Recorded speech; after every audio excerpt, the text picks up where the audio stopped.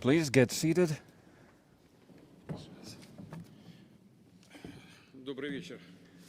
Good evening, friends. I'm very glad to welcome you all in Syria's, the 5th International Congress of the Young Scientists has already concluded, and I would like to greet all of you, all the participants, and of course, all of those who are in Syria now or was in Syria to attend this Congress when we made a decision to launch these kind of events.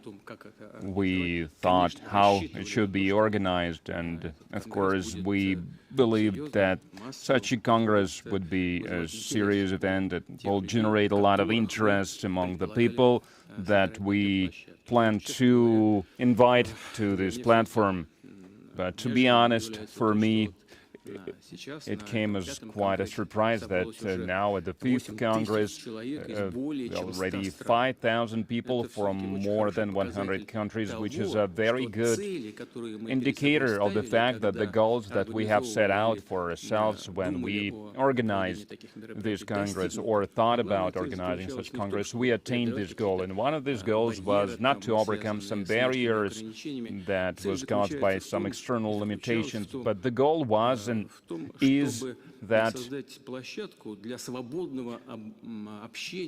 we needed a platform where we could communicate, where we could exchange ideas, views, to establish new contacts between and among people who are involved in science, and because science, such as culture and sport, they are outside politics. They must bring people together. Yes, there is some special researches, there is some practical things that are related to defense industry, and all the countries are trying to classify this kind of research. But what can we see? That despite all the efforts in this regard, the truth is always out, starting from gunpowder that was invented in China. No matter how hard they try to protect this secret, everyone got their hands on powder. And the same goes with for the most destructive means of weaponry, missiles, rockets. Everyone is well aware that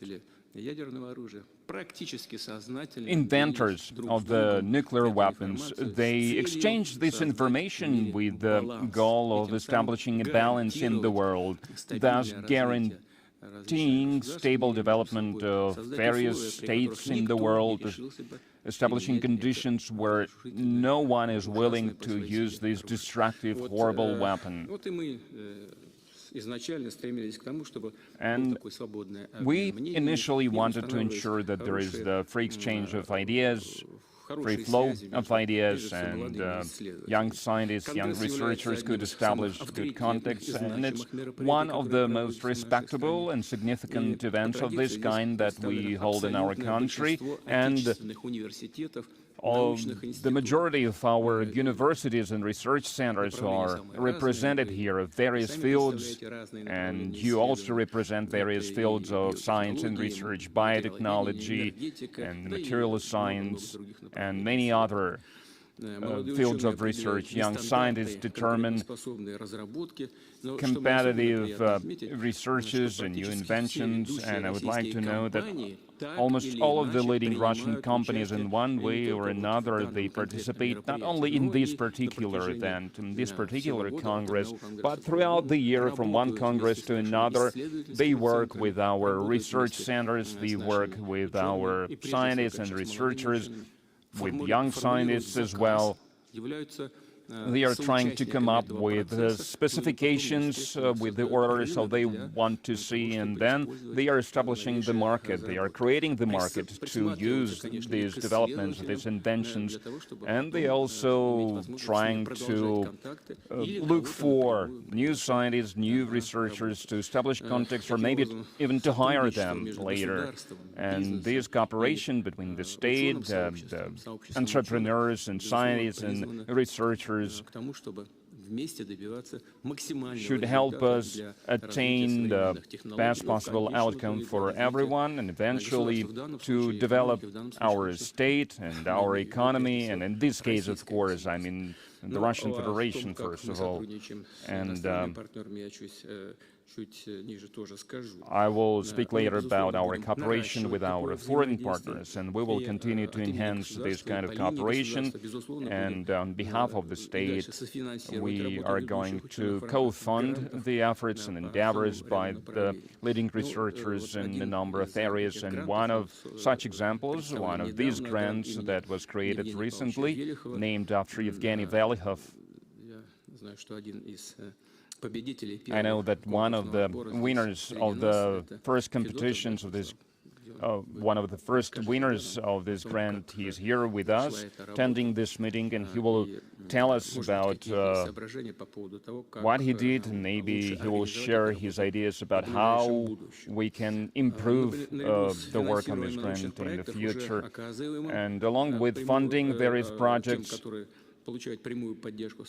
along with those who receive this direct funding from the state, the most talented researchers that are starting their work in science, we are thinking about how we can help these people.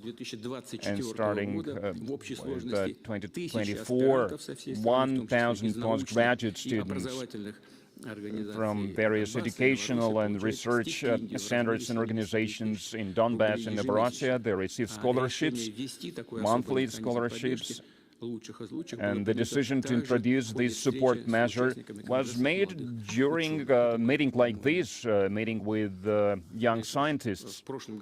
I believe it happened last year.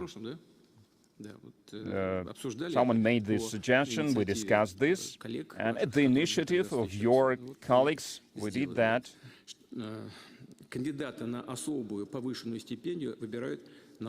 And their research leaders, they choose the best candidates to receive elevated scholarships, so it's not done by some administrators, it's done by your leaders. And we have here postgraduate students that receive these scholarships, and I hope that you can feel some degree of support at least.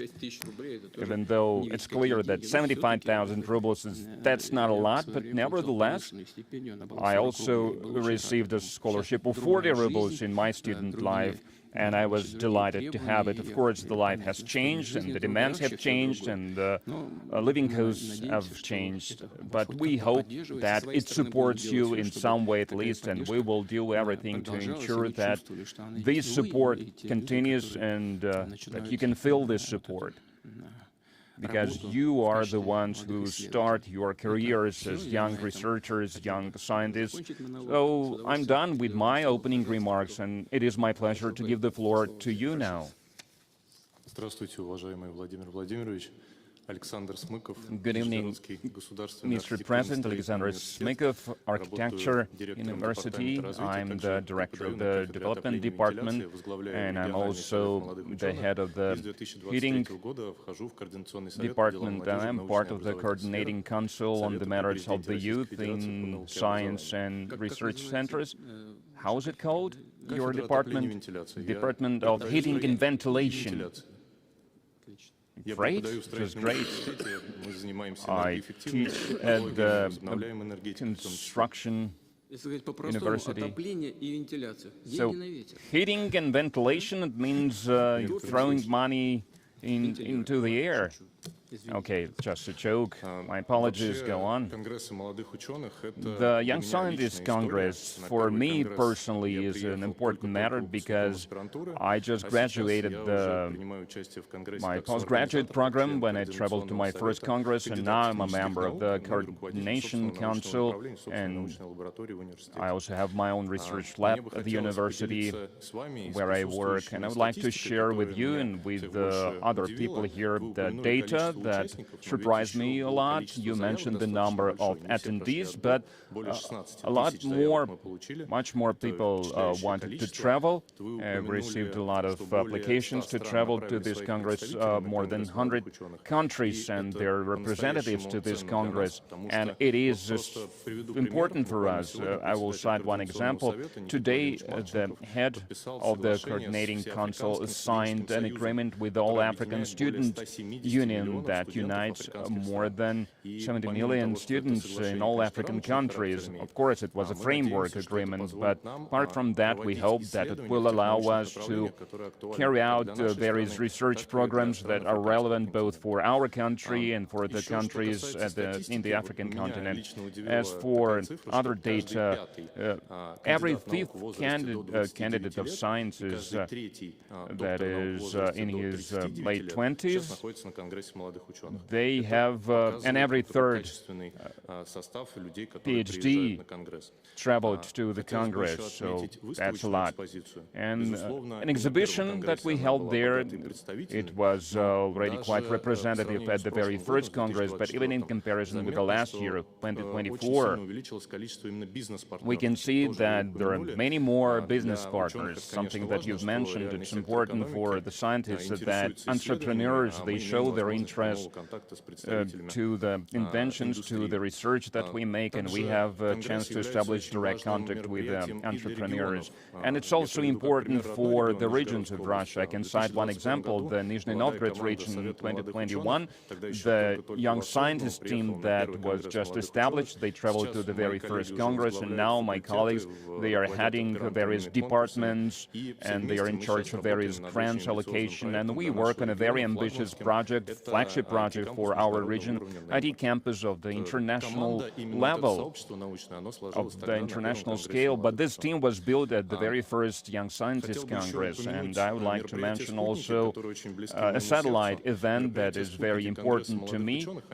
Satellite events, they are held before the Young Scientists Congress. The very first satellite event was held in 2022, the first year when we celebrated the 10th anniversary. They were held in Kamchatka and in Yamal. I participated in an event Kamchatka, and these platforms are now operating at all times, and they work on resolving the tasks set out by the region, and with the support of the Education Ministry and Science Ministry of the Russian Federation. So they are going to these regions, traveling to these regions, and at least 3 satellite events are held per year, and they were held in Tula, in Anapa, and on Sakhalin. I visited 2 of them. I was moderating some of the sessions, these events, and I would like to conclude by saying that this is true. We can feel this unifying role of the Congress that it has, because apart from the business program, it includes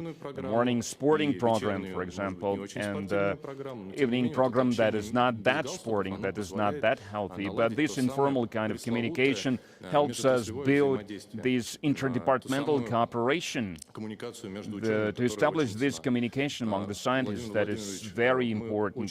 Mr. President, we are so grateful for finding time every year to meet the young scientists. We can feel how important it is for you, and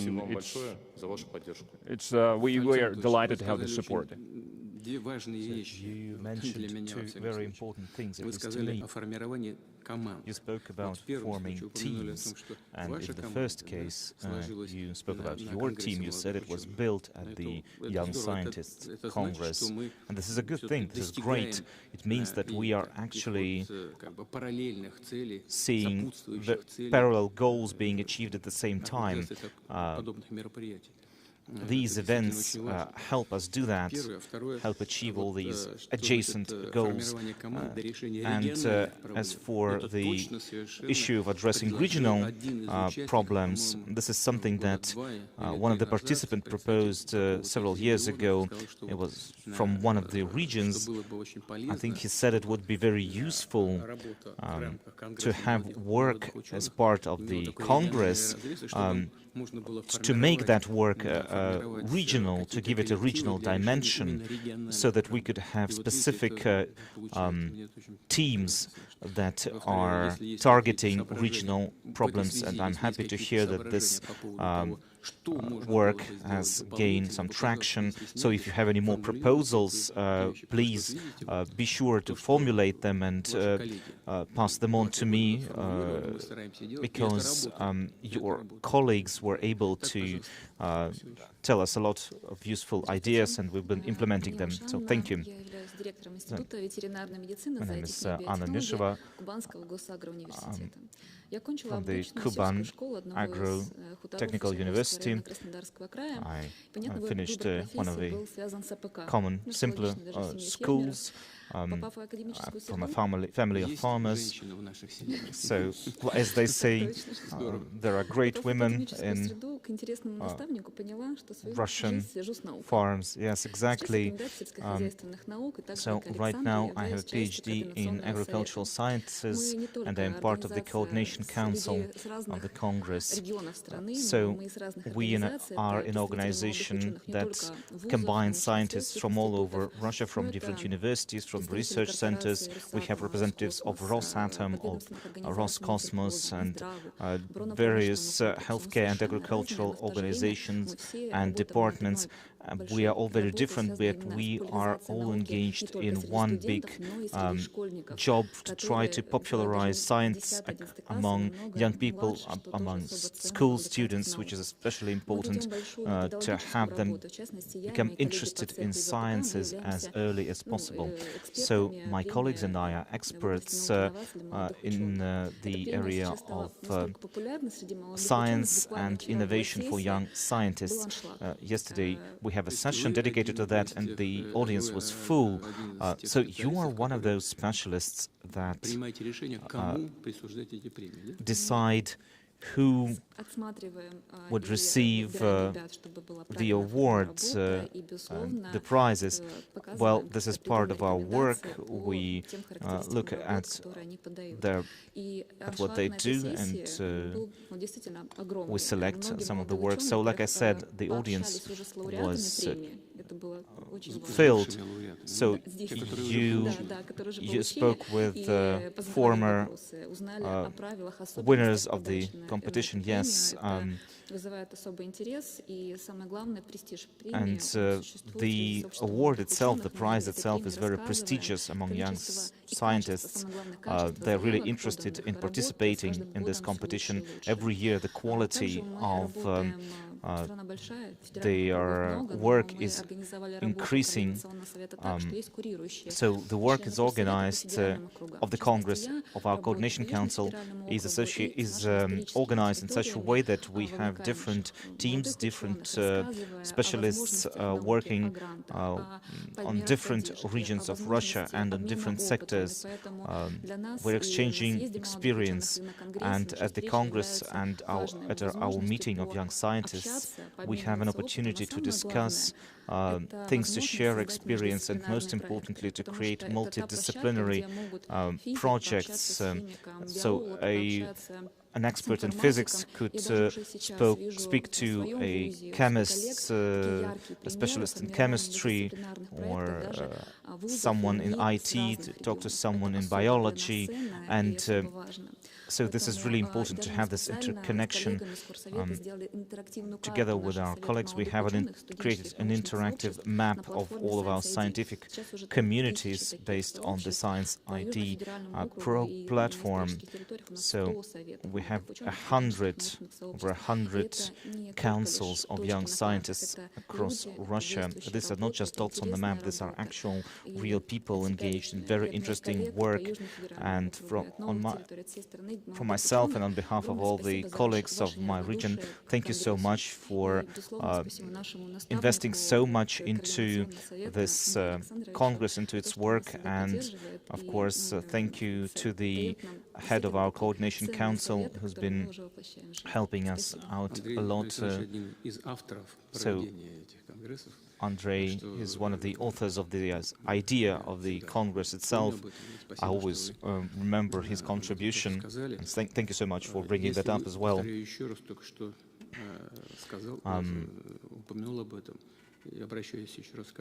Again, let me tell you, if you want to add something or change something, please don't be modest, just tell me whatever you're thinking. If you have any specific ideas that would be that could help us improve something, add something, or change something, be sure to do that. And I wish you good luck, of course. So are you personally planning to continue your academic work? Yes, of course. I'm working a lot with my colleagues on a number of projects. We have the Priority 2030 program. We have a lot of materials, a lot of interesting projects that we are engaged in. They are very science-heavy, science-intensive, and what is the priority of your research? Well, my priority is biotechnologies for the agricultural sector. So different biological substances. So are you talking about some foods that involve gene modification? No, we have a different profile. Okay, thank you. Name is Kirill Yushkov. I'm a postgraduate, and my work has to do with space systems and space materials. This year I received 2 awards for postgraduates. The selection process was very difficult this year. The things that were selected for are the level of engagement and the activity of the postgraduate itself, and of course the work of that said postgraduate. So my work has to do with materials and their characteristics. So our goal is to create a practical instrument based on state-of-the-art knowledge in terms of the deformation of solid objects. And so receiving the scholarship allowed me to engage fully into my work, because before that I had to work at one of the aerospace companies and at the same time teach at the postgraduate and continue my scientific work as a postgraduate, and also starting a family. So now I can fully concentrate on my research work and engage in teaching at a full scale. I have 2 lecture courses for undergraduates, and I'm doing my own research, of course, as well. So the path that I've taken is the same path that a lot of winners of that competition have received. I've been able to talk to a lot of them. It was very interesting. So the scholarship itself is not just a financial support, it's also a lot of responsibility. And myself and other recipients would like to thank you for the size of this scholarship, because it really frees me. It really allows us to do what we want to do. So you said that you were starting a family as well. Do you have children? Well, not yet. Well, you should get on to that. You should, of course, have children. So focus on that as well. So the decisions that we made were very deliberate. Some of that had to do with reducing the number of postgraduates, especially among young researchers, and this was a deliberate thing to do, that we did, because we wanted a person to treat becoming a postgraduate and starting that postgraduate research not as just a natural continuation of his studies, but we want it to be a deliberate decision for each individual person. Once people who are consciously making that choice to become a scientist, to do research work, and I believe that overall we've been successful at that, because the number of very young postgraduates, it has decreased in general, but the number of postgraduates at the age of about 35, it has increased. I believe that these people, older people, are making a more conscious choice. These people have chosen the path of science, the path of research, so the program is working. Can you feel that from your point of view? Yes, of course, exactly. Every day now I have the time, the opportunity to do my research, to do my work, and this will help us implement it in the to find practical applications for it as quickly as possible. So you're working on materials, yes, on instruments that help us analyze materials.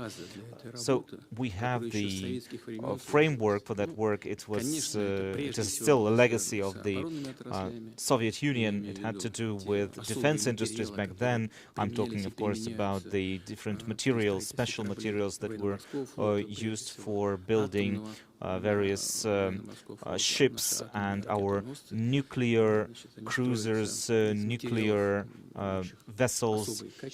These materials have very special properties because there's a lot of pressure underwater, and these materials have to withstand it, and there are many other things to consider as well. So these are special materials that are used in rocket building. So we have a lot of experience. We have very good educational base, academic base, and but of course keeping it up requires a lot of work, and I'd like to sincerely wish you luck and success in your work. Thank you so much. Mr. President, my name is Alexander Barulin. I work in the Moscow Physics Technical University. I used to work abroad before working on optics and photonics, and with experience I was able to choose a very interesting line of research that has to do with photonics. I received the mega grant for young scientists, and so my project is being carried out within the university itself.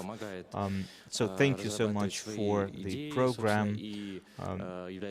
It helps me develop my ideas and then implement them based on experience I received abroad. And so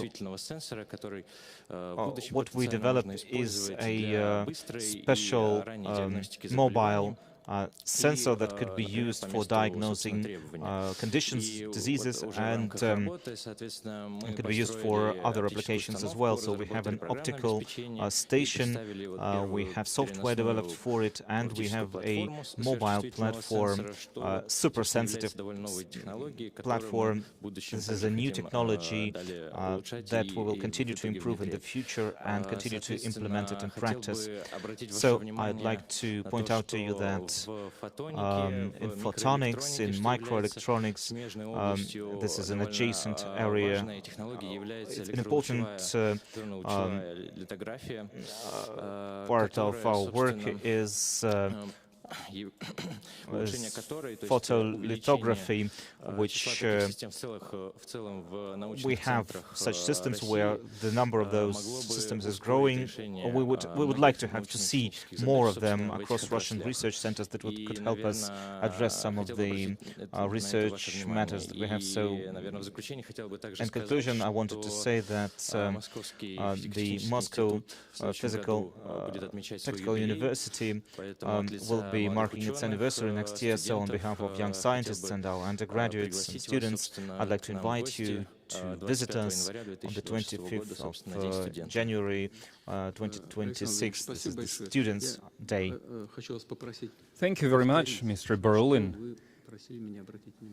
Please, could you say it again that you wanted to draw my attention to? This photolithography, what is that?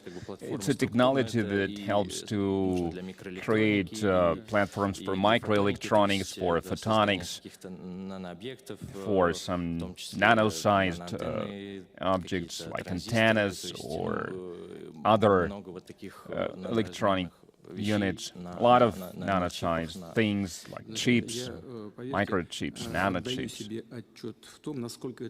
Believe me, I understand how important it is, and this works.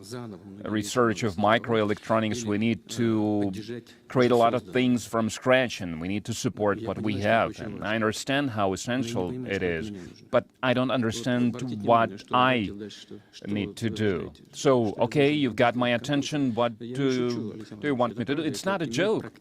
Truly, Mr. Barulin, what can be done in practical dimension? Two suggestions, maybe to increase the number of such systems and research centers, and thus researchers will have better access to these units, and they would be able to resolve these tasks because they will have these units. Because as it is now, these units are overloaded.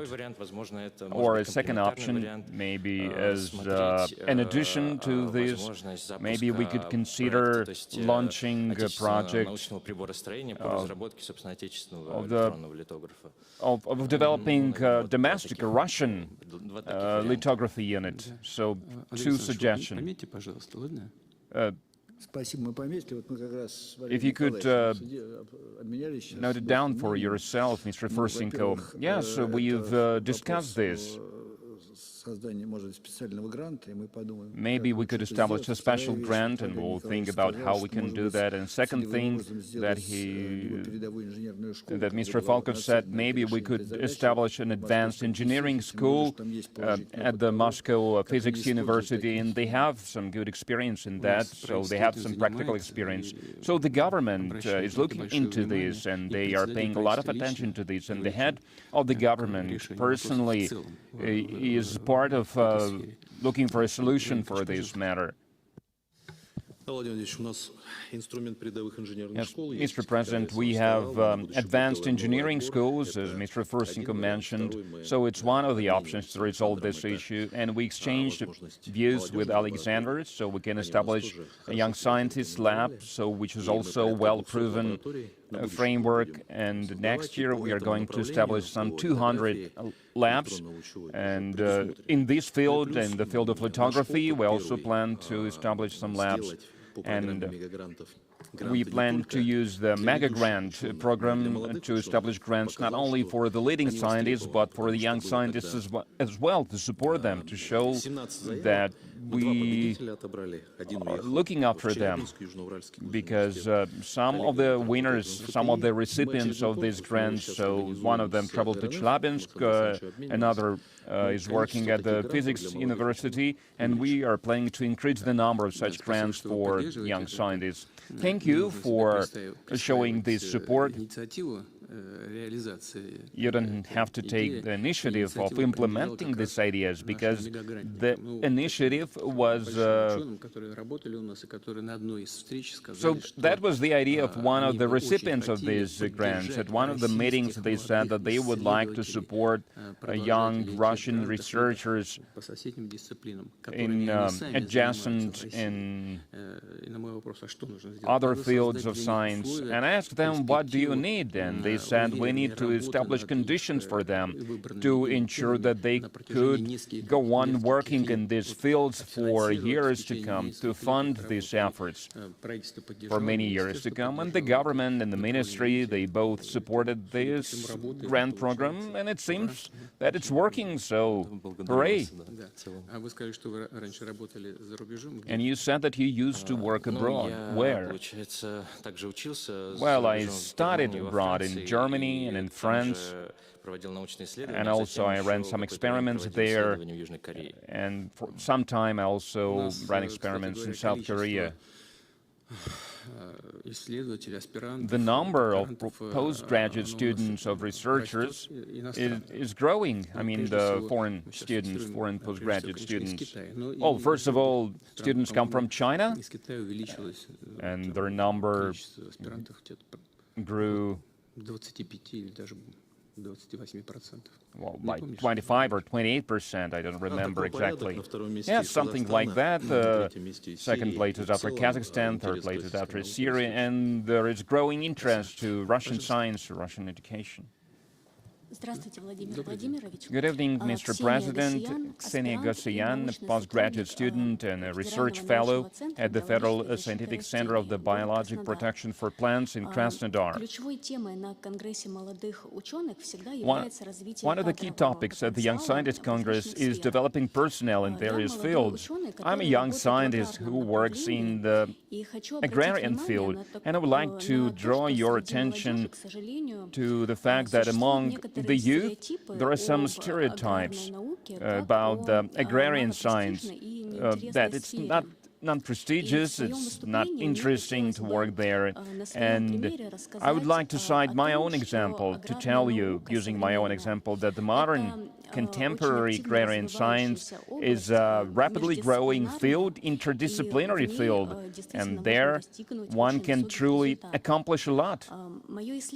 My research is related to the methods of using various devices to control the disease among the wheat crops. It allows us to look for pathogens, for fungi that contaminate the wheat crop, and it helps us to make necessary diagnosis at the early stage where these things are not visible, and we can already then diagnose this disease and to try to protect the crops. And we can use biological means to protect the plants, to protect the crops, which is very important to ensure that the product that we get from these crops is environmentally friendly, and it's also healthy, and it's important for the soil. It's an interdisciplinary research effort, and one needs engineering solutions, and one needs to be knowledgeable in the field of biology, to know pathogens, and in other fields as well. And this research was supported by the grants from the Russian Science Fund and the Cuban Science Fund, and we were the recipients of the award of the Russian Federation that was given to us for developing this tool of monitoring. And we also entered the competition for the young scientists and young postgraduate students. But what is truly inspiring for us is that we have business partners, which is a showing sign that these methods are in demand and people really need something like this. That's why I would like to give a piece of advice to younger students to enter the agrarian research field, because there are some grants, there is some support means for younger scientists in this field, and I'm grateful for this. You mentioned that there are some stereotypes, that the agrarian science is something that is not interesting, not prestigious enough. Frankly speaking, it comes as a surprise to me, because it seems that recently we've managed to overcome this kind of stereotype. This is true, there are a lot of programs, and for example, under the National Program for the Food Security, there is a program to develop personnel for the agrarian industrial sector, and they are trying trying to attract a lot of younger specialists in a lot of universities and a lot of research centers. And I can cite our center as an example. We are actively working on attempts to educate personnel. And we start with the school students, then with college students and postgraduate students. So there are programs in this regard. But the fact that these programs exist does not mean that they are in high demand. So we haven't overcome this stereotype yet, but I hope it's a matter of time. Nevertheless, you mentioned that you have an industrial partner. It means that it's going forward, it's moving forward. Who is this partner? It's a Neuronica company. We've been working together on our devices, diagnostic devices, and we hope to make this monitoring process completely automated to make sure it's convenient and easy to use for anyone, not only for a researcher or a scientist to be able to recreate this kind of research, but also for those specialists that work in farms could use this. Of course, I will direct attention of the Agriculture Minister to what you've said, but of course she's interested in all these matters. But when we speak if something is prestigious or not, it's a matter of promoting something, of ensuring that we are developing it in the way to make sure that it is interesting for younger people. As for the support and grants from the fund, I believe largely, I don't remember how many persons exactly, I believe by 40% at least, the Russian Science Fund grants, they aim to support younger researchers. I mean, researchers under 39 years of age. Yes, if we look at the fund, then 70% of the recipients are younger than 39. So, yes, maybe their leaders and their heads are older people, but they still receive grants because they have some younger professionals in their teams. As for young leaders, constantly the number of young people under 40 years of age or about 40 years of age, so the number of such leaders is growing. And I think we will continue with this policy. We will continue to uphold this trend in working with the personnel in this vital area. Anyone else? Good evening, Mr. President. If I may, I will continue. My name is Pavel Radko, postgraduate student of the Tomsk University and a recipient of the Presidential Scholarship for Postgraduate Students. I will start by saying that we really feel your support, especially in Tomsk, so thank you very much for this. And in the Tomsk Polytechnical University,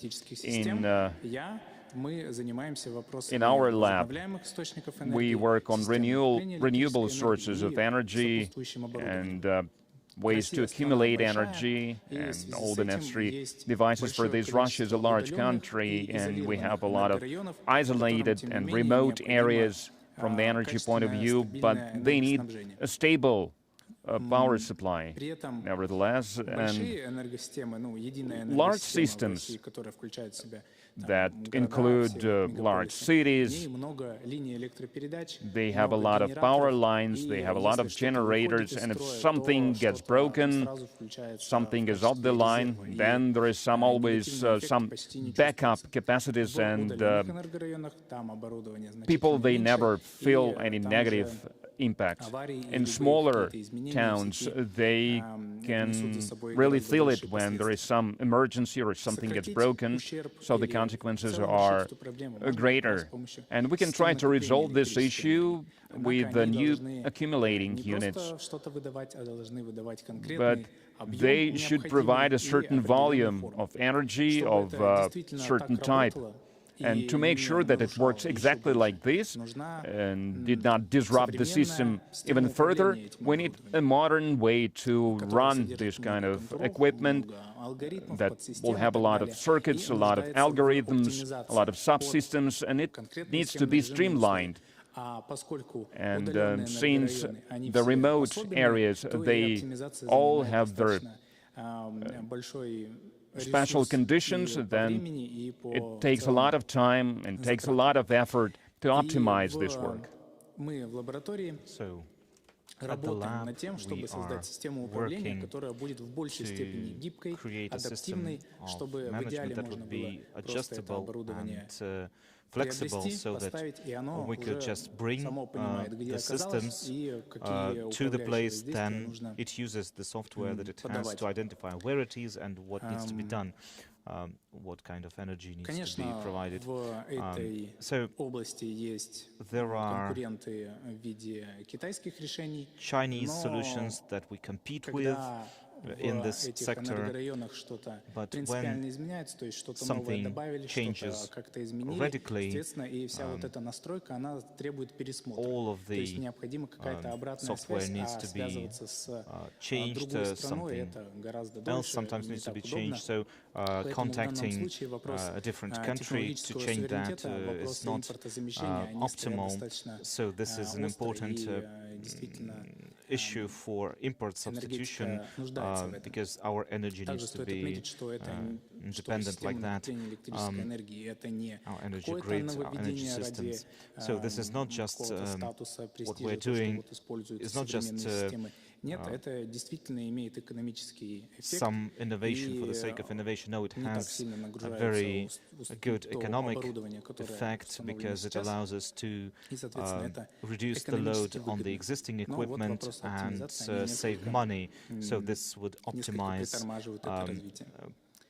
the use of power grids. Right now, the problems we have are slowing down this process. Well, thank you. Well, as we know, producing, generating, and transmitting energy is one of the most important parts of the modern energy sector. Of course, if we're talking about renewable energy sources and environmentally friendly energy sources, this is, of course, also critically important. You said that there is competition, and you also said that it is really important for us to have technological sovereignty.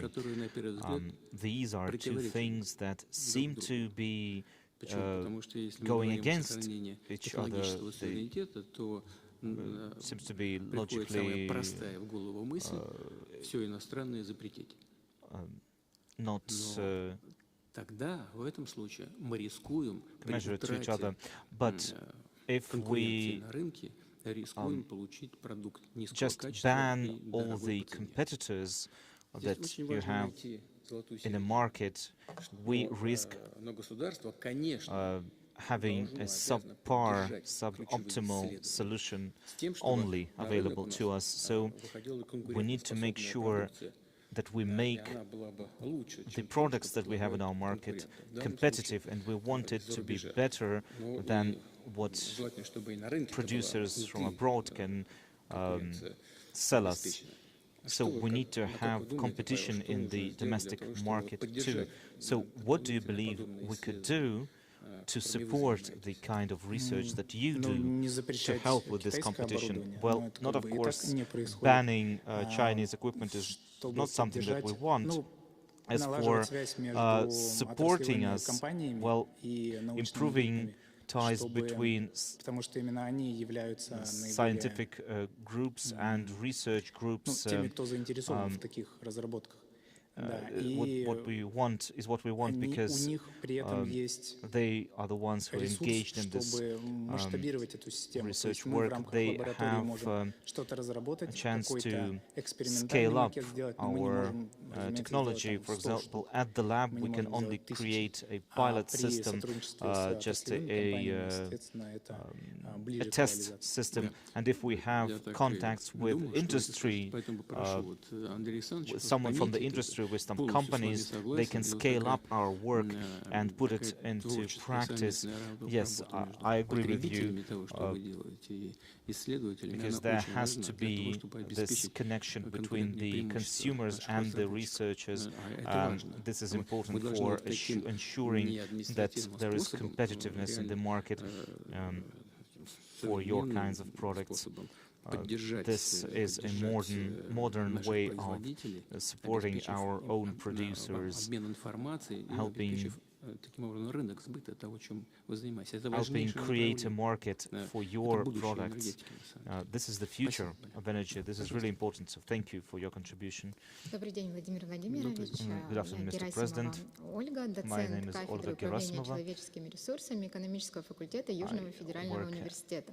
На конгрессе активно обсуждались темы, связанные с научными кадрами, поддержкой молодых исследователей. Я выиграла грант РНС с таким, может быть, провокационным названием «Влияет ли счастье на академическую карьеру молодых специалистов?» Does happiness affect the career Но of под этим названием скрываются на самом деле важные задачи.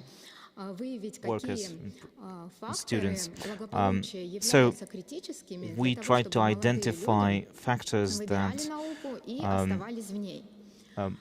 ensure that young people choose science and stay in science. So what makes a young scientist happy? So we want a scientist to be engaged in his work, to be enthusiastic, to be interested in his work. And of course, in our research, we had interviews with postgraduates. We had polls. So what we heard is that there needs to be, there's a search for balance between organizational work, education, research work, filing reports, etc. So there are other parts of life that suffer because of that, because there is always lack of time. And so there's no work-life balance. People get problems with sleep, with health. Some postgraduates told us they sleep only 4 to 5 hours a night. And so there's a lot of anxiety. People are burning out, and young people are leaving this scientific work, research work. They feel unhappy. And as we all know, a happy person is a more productive person. So if your basic needs, like good, healthy sleep and food and social life, if you don't have that, you become unhappy naturally. So we need to make sure that young specialists have all that so they can do their research work. They need to feel that scientific work, research work is a good profession, is a good way of life for them going forward into the future. So the program for well-being of young scientists and educators is something that we're developing. So we want to ensure that we can identify how much time a postgraduate spends on different kinds of work, on research, on documents, on reports. And so we need to balance it out. We maybe provide some special healthcare systems, or make, for example, his career path more transparent, so that a young scientist would know what would await him in the future. Thank you. Well, this is a really important kind of research. So what is happiness? We could start with that, but this would be a very long discussion. But still, I think it's really important work that you do. And once you are done with your work, we could scale up your results and apply them elsewhere across the scientific sector. For example, I would also apply your results of your research in the work of regional managerial teams or the Russian government or even the administration itself. And so I wish you good luck. This is really important work that you're doing. It's not a joke, it's really serious, because it has to do with the quality of a person's cognitive abilities and the development of those abilities.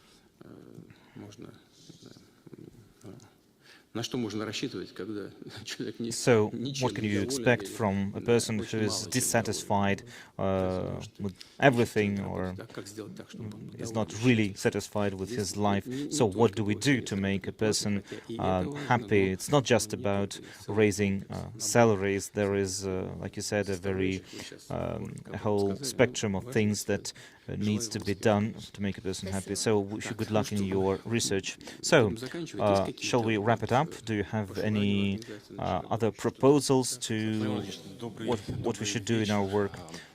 Yes, good afternoon. Well, let me expand on the energy sector that we've heard about before. So, I work in Tomsk, and my work has to do with accumulation of energy and natrium ion.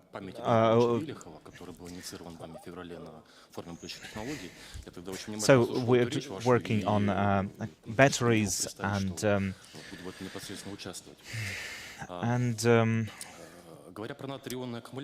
speaking about sodium-ion batteries, there is a system of control involved. So what we are doing is chemistry, and the purpose of the grant is to develop a technology to go from the material, like the electrolyte, to the cell itself. So this is a through way so that the full circuit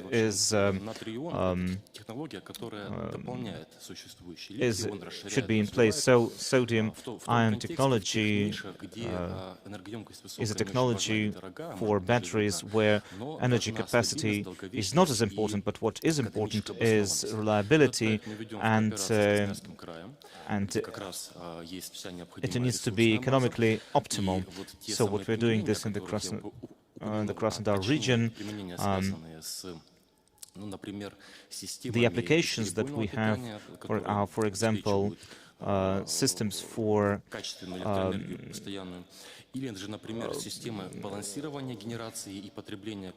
non-stop currents, or systems that are in place at different power plants, hydroelectric power plants. So sodium-ion accumulators, the technology itself is notable because in chemistry, when we use aluminium instead of a different material, it's not just cheaper, it's more safe, because this accumulator can be fully decharged safely. And so it also allows to use the accumulators at lower temperatures, which is important for over half of Russia's territory, because the the average temperature across Russia is below zero. So I'd like to thank you and Mr. Fursenko for providing us an opportunity to develop these sodium-ion technology, and also as part of that massive project, we understand how important the issue of specialists is and the lack of professionals. Now, our technology is being developed rapidly in the country, so we need to have specialists that could work today and in the future. So we want to scale up the existing experience that we have, the experience of educating and training young professionals. We want to create a team, and we want to provide an educational program. My colleagues and I spoke about this to officials, and in the future these would grow into university, center of competence, and then it could be become part of the industry itself. Well, as I said, for you, especially for other researchers from other fields, we all understand how vital this research is for the field of energy and for other fields. Accumulating energy, preserving energy, but we need to use the entire cycle of the accumulators. And you did not mention the waste management, recycling of such accumulators, because they will tell you that you will ruin all our soils. Where are you going to, how are you going to recycle them? Because we can use waves, we can use solar energy, we can use whatever. So you need to accumulate this energy, and then you need to transfer this energy somewhere. So, okay, we have this energy, we are accumulating this energy. What we do next with this accumulator? Do we have this balance between the so-called renewable energy and recycling this waste that is also accumulated? Yes, I hear it. I get this question a lot. What do we do with the accumulators? I also get this question a lot, so I know. And my answer was always that, well, first it was in theory, and then I got sick of getting this question, and in lab we started to work on practice, so you truly get sick of this. Yes, and we've even received a patent on how to recycle these kind of accumulators. I would like to say it briefly, because the sodium-ion technology is much more environmentally friendly than the lithium-ion technology, because it's a very challenging metal, very challenging material. Cobalt is an evil Norse spirit. That's why it received its name, and it determined its destiny. And since we have sodium, not lithium, that is working as the main element in a battery, so you don't need to extract it. So recycling process is much easier. So number of chemical elements inside such a battery, such an accumulator, is the number of such elements is smaller, so it's easier to recycle, it's easier to manage. So if we speak about the full cycle, then we need to suggest management recycling technology right away. Yes, it will depend on the material, exact material that we are going to use, and there is this connection, of course, when we develop, when we research a new material, when we work on the practical part of its implementation. We also work on how we can recycle this material, and we've even received a patent for recycling it. It is essential, because when we make a decision of what direction we use, what material we use, lithium or sodium or anything, then we need to explain every part of its life cycle. It's vital. Thank you. Thank you.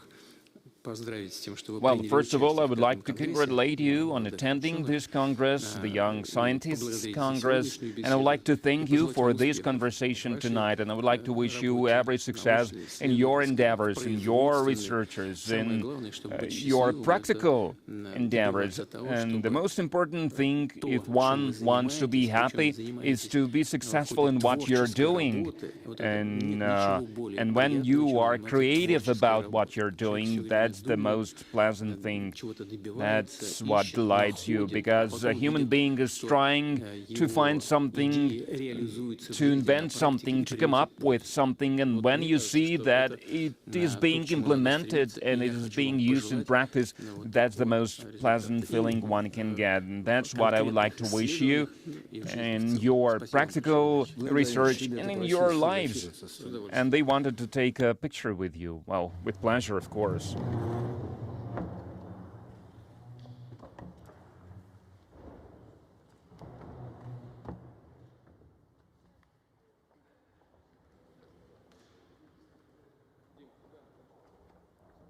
What?